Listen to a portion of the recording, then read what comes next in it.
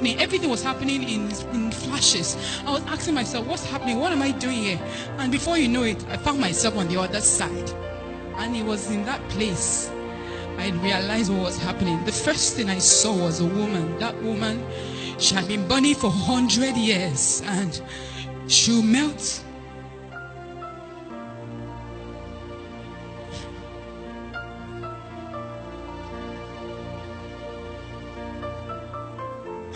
She was burning for 100 years. If you look at the fire, that liquid fire, that is like magna from a volcanic eruption. She will melt off, and she was crying with every strength in her and asking God for a second chance. And she would fall back again, and she just kept crying and gnashing her teeth. As I was looking at her, it was no longer about what I was looking at. The fire began to ravish me from my head down to my feet. I began to burn and I began to cry, and I was screaming with every strength in me. I was begging God for a second chance, and I was crying out loud. It was in that place certain scriptures became very tangible to me. When the Bible says there will be gnashing of teeth, I found myself gnashing my teeth. I was grinding it and I was screaming, and my shouts were loud. If I shout now, the next shout will be louder, but this energy it keeps depleting, but your shouts keep increasing. I was screaming, everybody was screaming, everybody was begging God for another chance. As I was shouting and I was begging God, I remember a few things that occurred there. Some of the things that were traumatic for me were the fact that if you just imagine that everybody was shouting, the noise there was enough, was like a bomb blast blasting off your ears. If there was no fire, if there was nothing there, just that noise was enough to burst your earballs, but you wouldn't die. Then imagine you cannot breathe, you hold your nose for 1 hour, you cannot breathe, but you cannot die.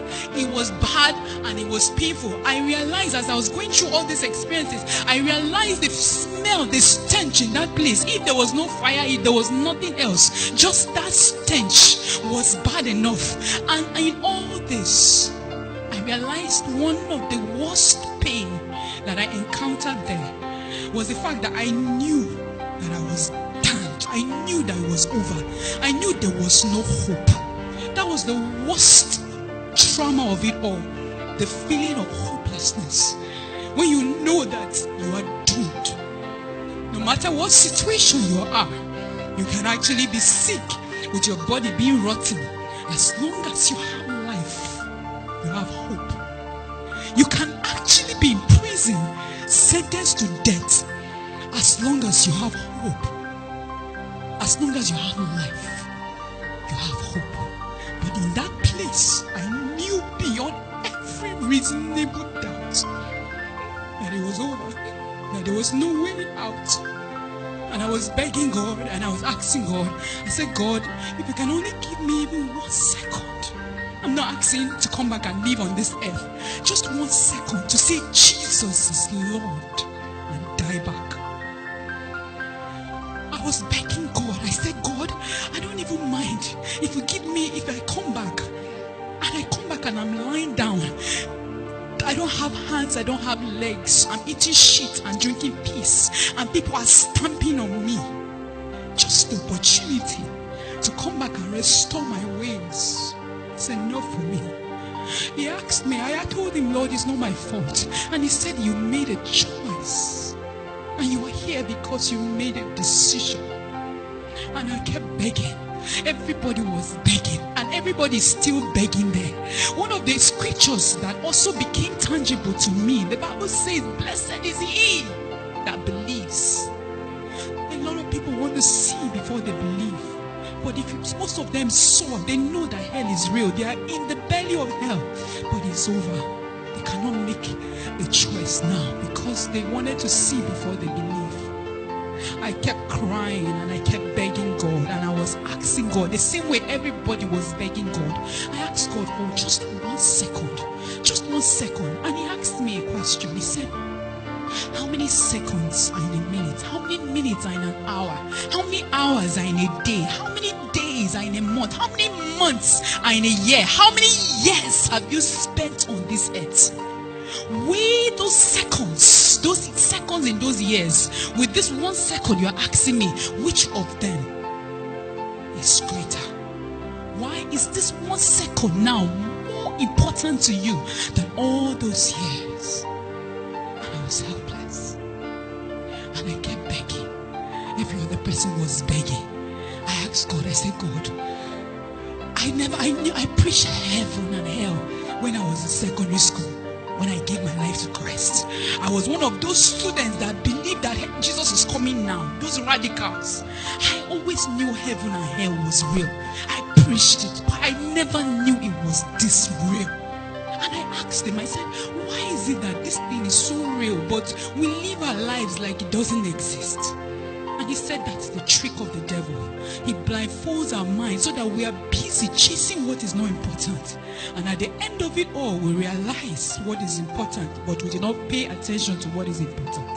And I kept begging. Every other person was begging. I realized another scripture that says a living dog is better than a dead lion.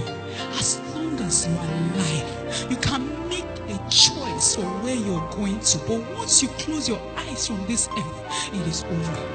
I asked God as I was crying, I was begging. Everybody was shouting with all their strength, asking for mercy. I asked him, I said, God, I preach this thing. Just give me this opportunity. Let me go back and preach to people. Let me go and share this news with other people, because I don't. He now asked me a question.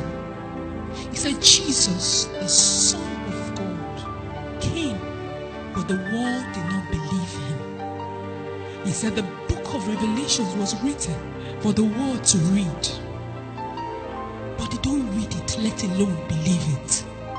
He said many have come back with warnings for the world. He said they don't listen. Why will they listen to you? I said, God, you don't understand. I will come back. I will tell everyone and anyone that has ears that it happened to me. And in seconds that followed, I found myself heading back. We got very close to where the hospital was. And then I woke up in my body. Fear gripped me for some days. I felt the only thing I needed to do was just to lock myself up, just be worshiping God and just worshiping him, so that maybe if I eat I will still sin. By talking I will still sin. So I just wanted to lock myself. And he said, no, I brought you up so that you can come and sound the warning. Few weeks after I was so desperate. I would go about, Jesus is coming. But I was sharing it like somebody that was crazy, like somebody that was mad. But I couldn't tell people that have known me over the years, because I didn't want their reputation. I didn't want them to have a wrong reputation of me. And then one day the Lord told me, he said, for the same reason you died in the first place is the same reason you will die again if you do not go and warn my people. He said, if you love your reputation more than me, you do not deserve me. If you love your life, you will lose it. If you lose it, you will gain it. And I cried to God. And after that day, I received boldness. I found myself in Dominion City, and I received the grace and the boldness to share it. Even though it was a struggle, I received the grace to share it. But one of the things that happened to me, which is why one of the grace that happened to me, one of the last scriptures that became tangible to me, why everybody was begging and crying for God to have mercy on them. They were begging for 1 second. 1 second is tick. 1 minute is tick, tick, tick, tick. 60. 1 second. One of the things that became very tangible to me, it says, I have mercy upon whom I have mercy upon. When I died, God gave me a second chance just because of his mercy. Every other person that was burning that day is still burning today. But I'm here by his mercy and by his grace.